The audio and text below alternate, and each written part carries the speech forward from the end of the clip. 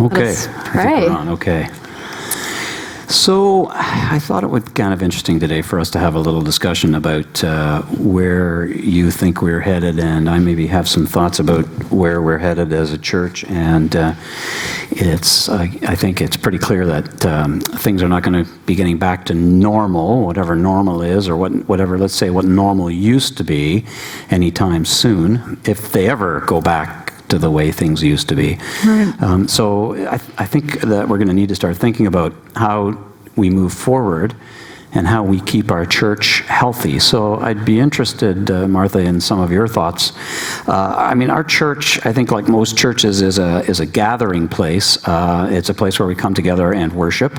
And I don't mean St. George's Church or Church of the Transfiguration. I mean our church, the Anglican Church, is kind of based in that tradition. And I think our worship is based on coming together. And sure, we have online streaming, like we're streaming tonight, and on Sunday mornings, and at Transfiguration we're doing morning prayer, but that stuff has, up until now, always been kind of supplementary and complementary to the gathering part of worship. So I'd be interested in your thoughts about what happens to our church when we cannot gather, such as now. What if we can't gather again for a long time? What if we cannot gather again for a year? How do we stay together as a parish, as a church? How do we feel connected when we can't see each other except on a computer screen? And that, we'll talk some more about that maybe in a minute, because that's fraught as well. Yeah. I mean, in no way would I ever minimize how much is lost by not being able to physically be together, because the loss is significant. And I think we're kind of in week 9 of... And there's something about week 9. We've kind of noted this in training at different times. Like, I think the reality is starting to set in terms of people's anxiety levels, that kind of death by 1,000 paper cuts of just all the little things that we've lost. So the loss is significant, but I have to say that in the past 9 weeks, I've also seen how the church is leaning into the other aspects of our identity. And I think that we hear that so clearly in this gospel passage tonight, which again takes place on a very uncertain, dark night. Yeah. It's the night before Jesus' death. It's hours before his arrest.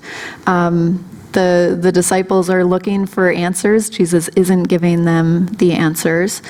And, you know, he does establish some pretty powerful promises.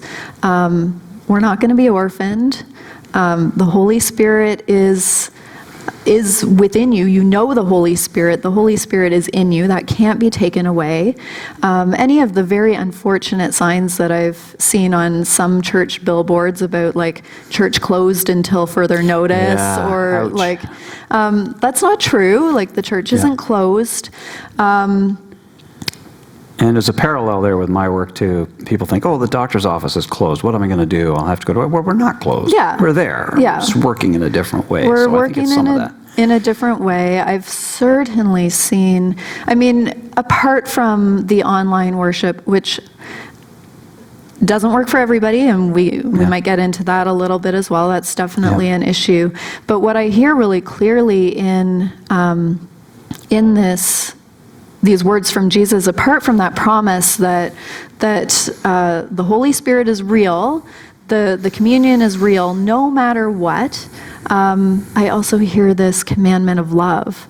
And I have seen profound ways of people leaning into that commandment of love even when we can't be physically together. I've seen just incredible generosity sparked. I have seen, we have this Kinder Than Necessary project going on right now, just lifting up those stories of how people find ways of being kind across physical distance.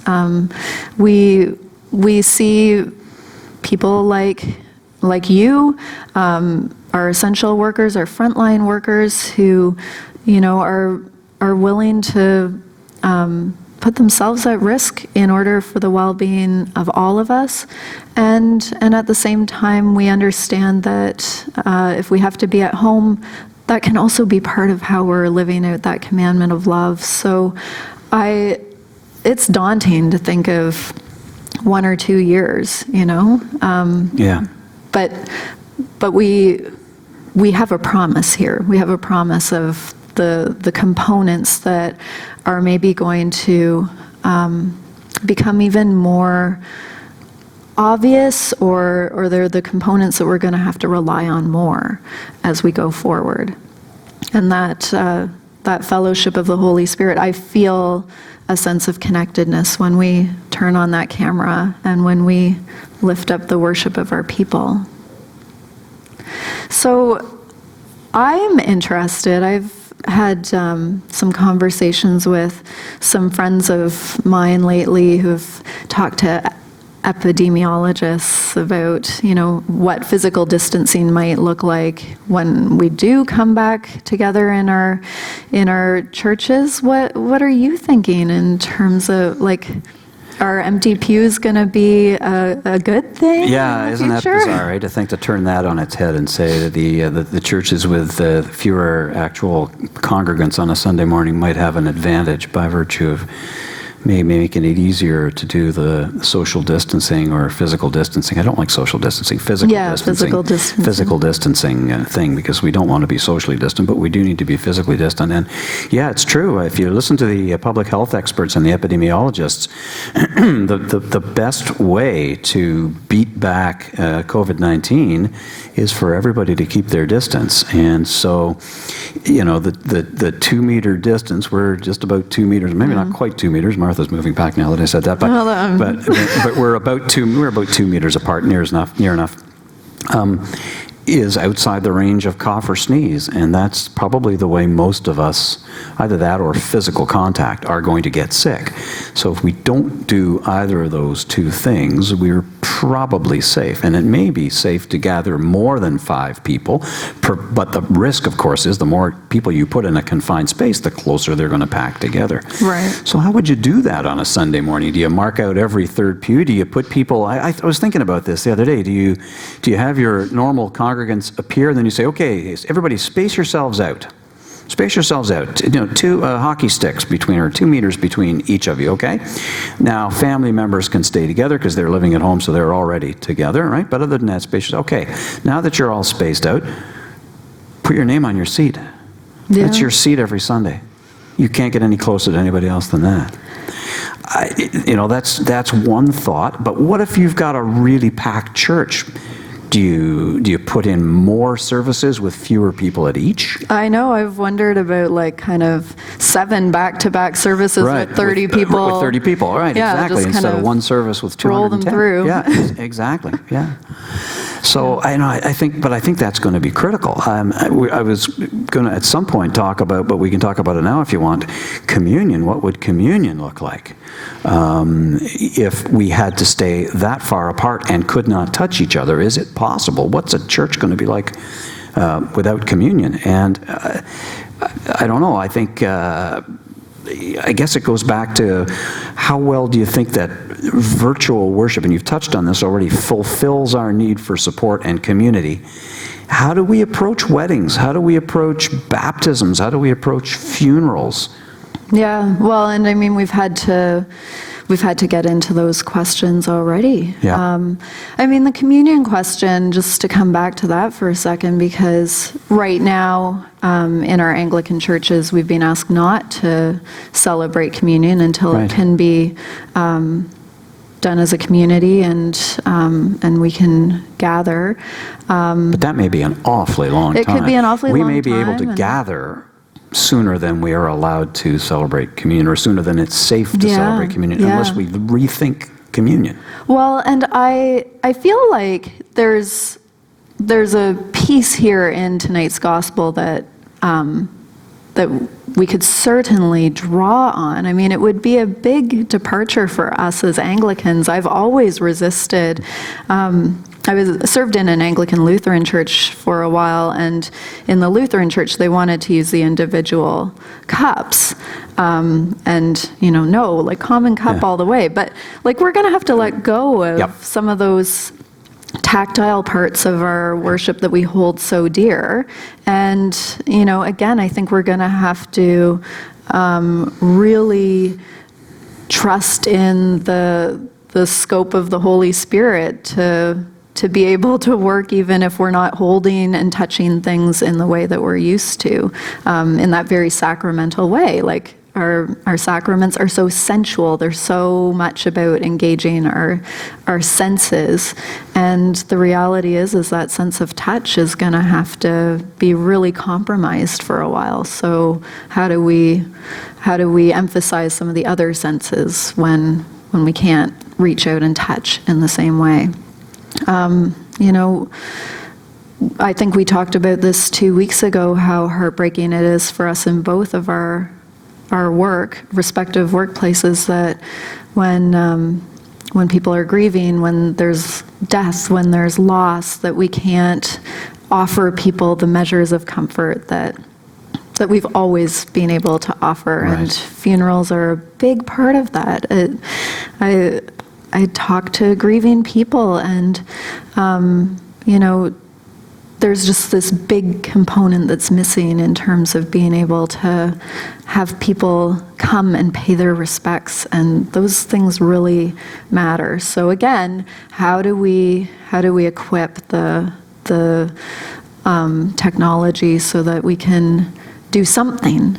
It's not the same, but how do we emphasize those other parts so that people can receive some of the comfort and promise of our I know tradition? You've presided at funerals since the COVID-19 pandemic, and I find it heartbreaking that people cannot. I mean, I'm a big. It's not going to sound stupid, but I'm a big funeral fan. I think funerals are super important, and the trend away from funerals and towards celebrations of life at a later point in time. I've never been a big believer in that, but that's the way society is going, and I wonder if that's the way we as a church might have to rethink what a funeral really is. If it's not a huge gathering of people in a small space, hugging each other and shaking hands with each other and holding each other and grieving with each other, there's something about coming together. So I know you've done funerals. Have you done a wedding? Have you done a baptism? We have not done weddings or baptisms. Certainly when all of this unfolded, we were asked to encourage people to postpone. And I think the longer this drags out, the more that I have people asking about weddings. I imagine baptisms are on people's minds as well. So yeah, like I think we are going to be emphasizing the word. I think that we're going to be emphasizing the connection that we can make online. We have done a couple of funerals that we've live streamed out to the community, and it has been really meaningful, but at the same time other people are waiting because that is just inconceivable to not be able to be together singing and coming to the communion table. I thought it was such a wonderful thing when we stopped doing baptisms, isolated just a few family members and the godparents on a Sunday afternoon away from everyone else, and brought it into the Sunday morning worship. And presented the newly baptized, whether it's child or adult, to the congregation. Welcome your new brother or sister.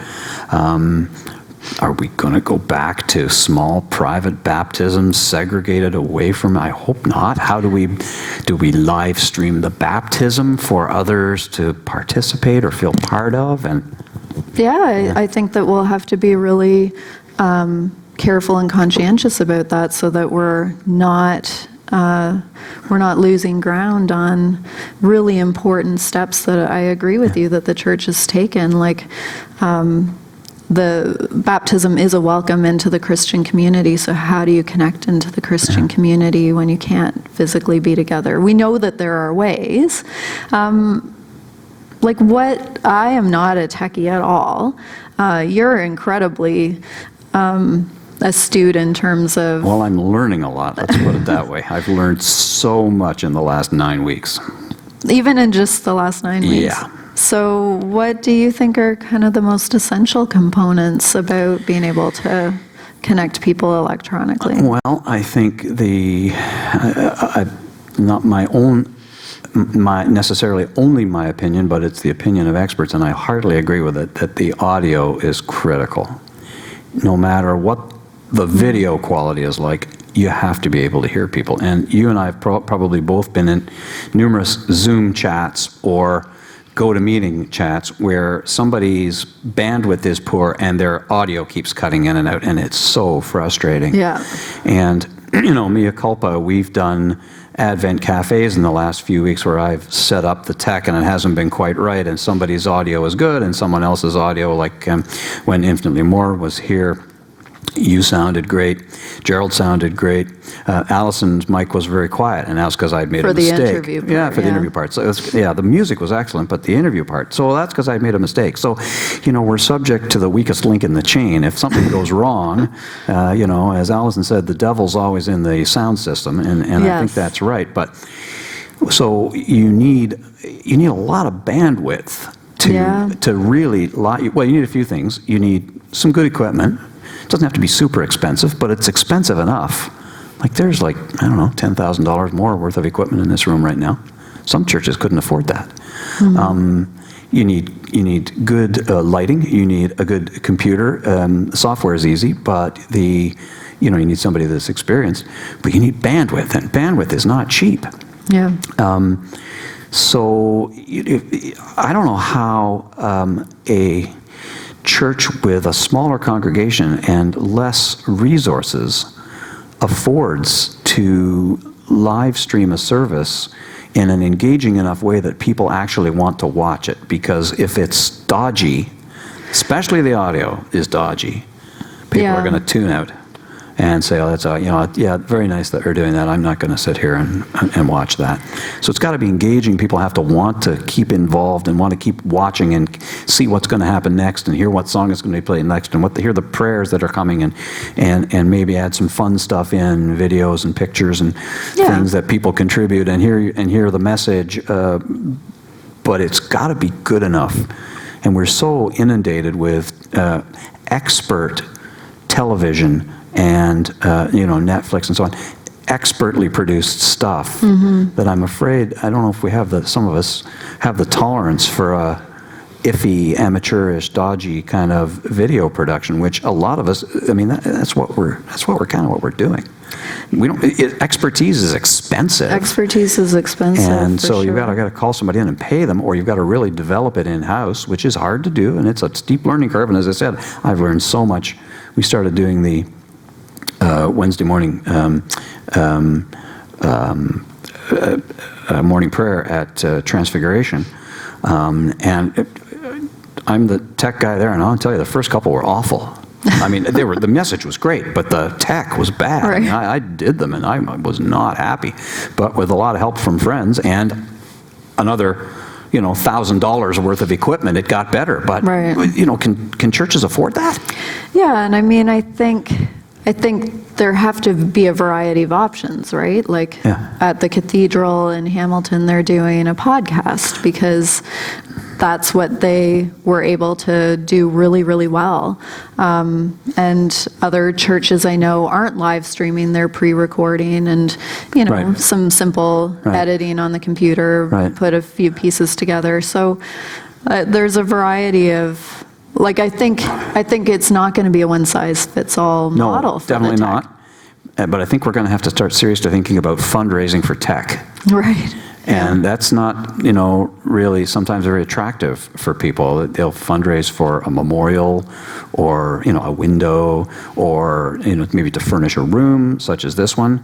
But, give me money for a camera, give me money for a better internet connection, give me money for, it's But not. now's a pretty good time to make that ask. Yeah, I think that's right. Well, people are starting to realize what the consequences are of not having that stuff. Yeah, the alternative is not much. Yeah. Mm-hmm. Yeah.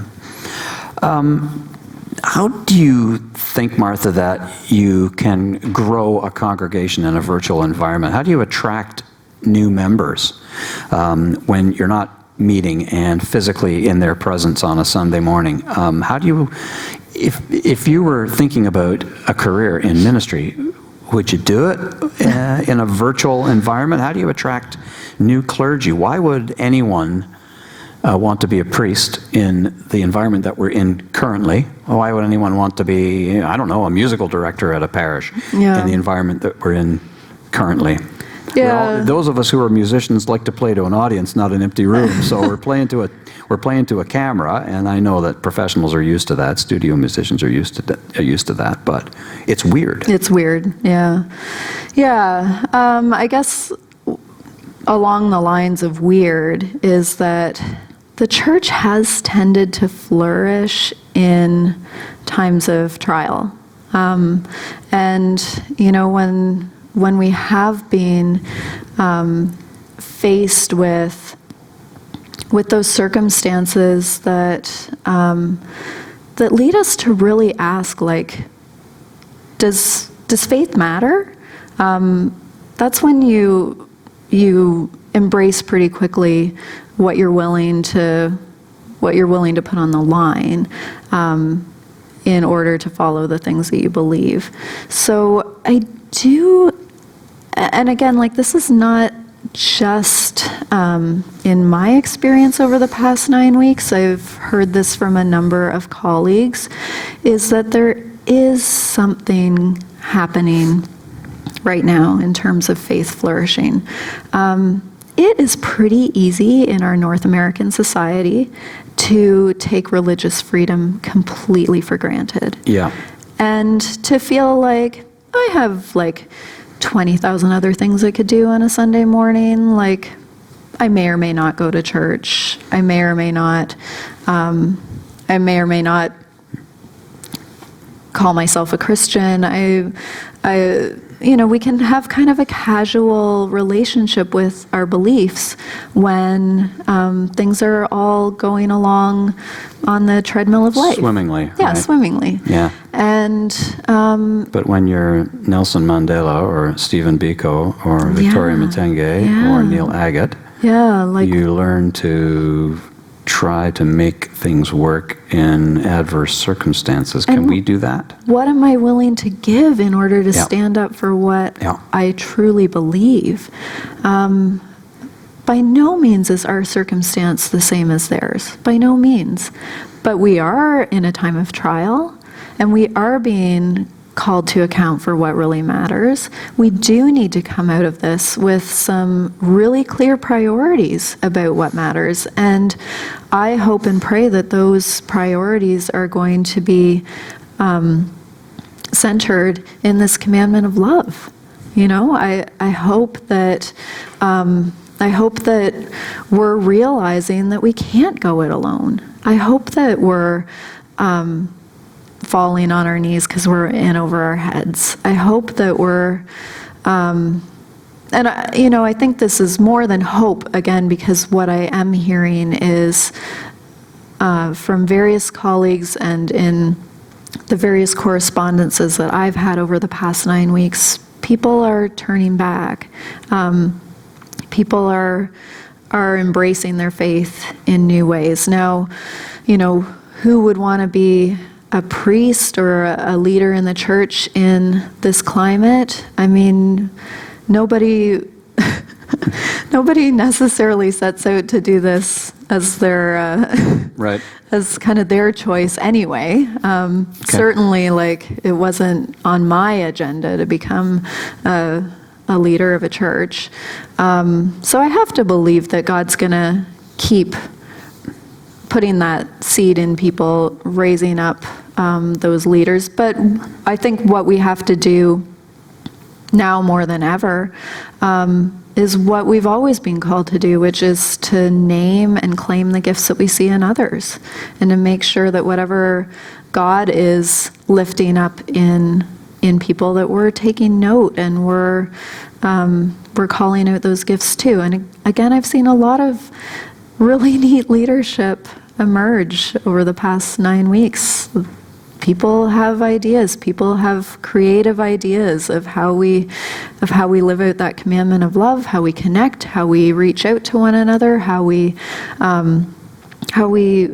like where the gaps are. And this is, a question that we've talked about in our last conversation as well, is the social justice implications of all of this. That's a big sticking point for me, and I'm seeing that, as we mentioned last time, in my practice, but I think we're seeing it at church as well, and in any aspect of society where we need to gather in the virtual realm, whatever platform. I mentioned Zoom and GoToMeeting and DoxyMe. There's a whole bunch of different ones, and then there's the government-approved one for healthcare, which is OTN, Ontario Telemedicine Network, which nobody can seem to figure out how to work.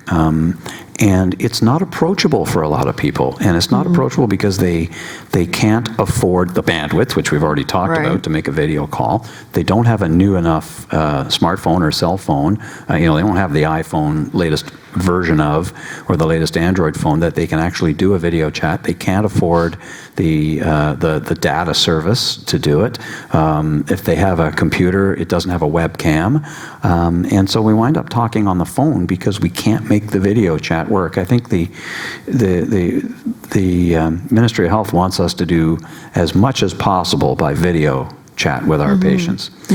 I was thinking we could maybe get up to 60, 70%. I would say it's 1% oh my gosh. of my patients that can actually make a video chat work. Wow. And the others, for various reasons, they don't want to. They don't have they can't afford the tech, basically, I think is what it is. Or they don't have the internet connection or the data on their phone or whatever to make it work, or the Wi-Fi to make it work.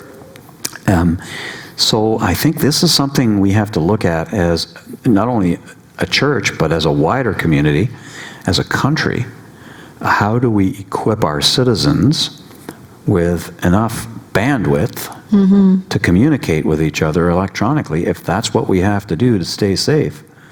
If we can't meet together in groups, we're going to have to figure out a different way to do it. But those among us who have the least resources, not even in the picture, how do we reach out to them? And how we reach out to people with the least resources is kind of a very multidimensional question that has been emerging over the past couple of weeks. And I'm glad that we're asking it, and I really hope that we don't drop that conversation.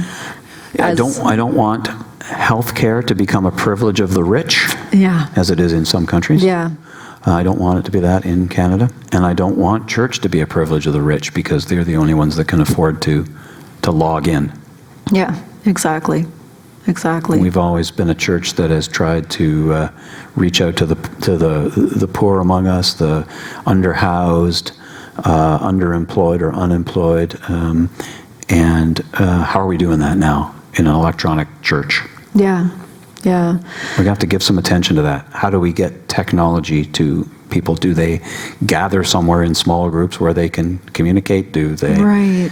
I mean, we're seeing this in small ways, for instance, in hospices and hospitals where there have been a donation of iPads, for instance. You can put an iPad in a person's room and then they can communicate with their family if they don't have one of their own. We've been doing that. So, but how do we as a church reach out to our parishioners? Do we poll people? Do you have the tech that you need to stay an important part and feel connected to our church? If not, do we fundraise and get it to you? Do we make it our mission to put, it sounds cold to put, that our mission maybe to put technology in people's hands. It doesn't sound churchy, but maybe it's critically important to keep our church functioning. It's so interesting. That's such an interesting aspect because, we have, we've had a lot of airtime lately because of the breakfast program here at St. George's. Like, we've been able to continue to offer that meal to whoever's hungry. We haven't missed a day. Next week, we're going to be starting a weekly takeout dinner as well. But we don't live by bread alone, right? Right. So I wonder how we connect with those same people to make sure that they're Every being- word that proceeds from the mouth of God gets where it needs to get. Yeah. Yeah. I mean, the questions are huge, and I feel like we can only even begin to approach the questions with that, like I'm getting that guiding light song in my head. Like we need God to be our guiding light. We can only do it like one step at a time. Like any final sense that you can offer us in terms of like what you think next steps might be with gatherings and how we keep safe? And I think that what's going to happen is that progressively larger groups are going to be allowed to gather. I think that we're looking at, for instance, in hospice care, at thinking about expanding out the bubble. So right now it's a patient in hospice plus one essential visitor. Right. Well, what if that essential visitor has 2 or 3 people living at the same house with them? Could we let those other 2 or 3 people come in? Would there be any increased risk? Because they're all living together anyway, so presumably if this one's not infected, neither is this one. So I think that enlarging the bubble a bit, right now we're allowing, the province is allowing 5 people to gather. Maybe it goes to 10. But I think it's going to be a long time before it's 120. Yeah. What about outside? Like, might we have worship outside? Well, there's a good we... idea, because we're thinking about doing hospice visiting outside too. Yeah. And that have does a group gather outdoors when the weather improves, if it ever does. Hopefully, it's starting to turn. But so it would be safer. It would be easier to maintain distance if you were outdoors. You wouldn't be confined to a pew. You'd have to put seats, but you could space your seats out, or people could stand. Again, you want that good sound system. You're going to need the tech. You're going to need some speakers. On that note, maybe we should go and sing. Let's go sing some more.